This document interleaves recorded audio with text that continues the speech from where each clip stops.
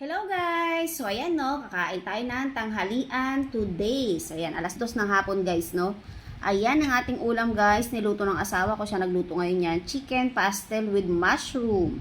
Yan, so medyo creamy siya guys. Yan, Nestle cream ang kanyang ginamit. At syempre yung ating rice at meron tayong kape. Yan, kape slide. So masarap talaga yan sa kape. So ayan guys, kuha tayo ng ulam natin dito. Itong legs. Yan, syempre, mushroom. Yan, masarap yung mushroom guys. Puro legs kasi yung nabili niya kasi nga para hindi masyadong mapats no. Nakuha rin tayong sabaw. Yan, creamy siya guys at pinalagyan ko ng dry na basil no kasi meron akong basil. So ayan yung sabaw, tikman natin yung sabaw.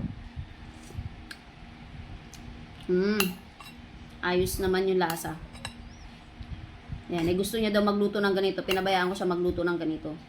Mostly kasi pag mga gantong ulam, ako yung nagluluto. Yan, daming mushroom guys. So, ayan guys, kain tayo. Yan, kape muna tayo. Inom tayong kape. Medyo mainit pa, pero ayos lang. Ayan guys, kain tayo. Yan. First bite. Ayan guys, oh, with mushroom.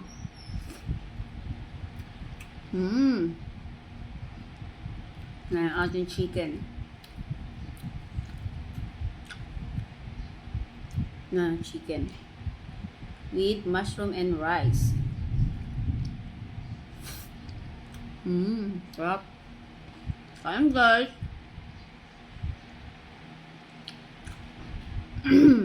Sarap. Na medyo nag-aaral sa magluto ng mga gantong pagkain. Madali lang naman din siya makatuto kasi marunong din siya magluto guys.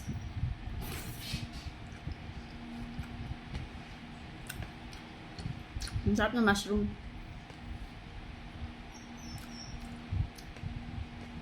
Yan, medyo kulang sa cream kasi napadami yata yung luto niya ng ano. Medyo kulang sa cream. Mga 2 cream siguro kailangan dito sa 1 kilo kalahati.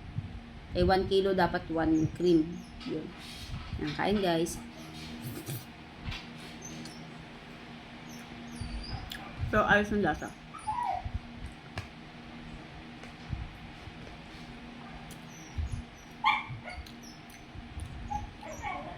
Tanghalian tayo. Na medyo maaga tayo nagising ngayon. Thank you for watching.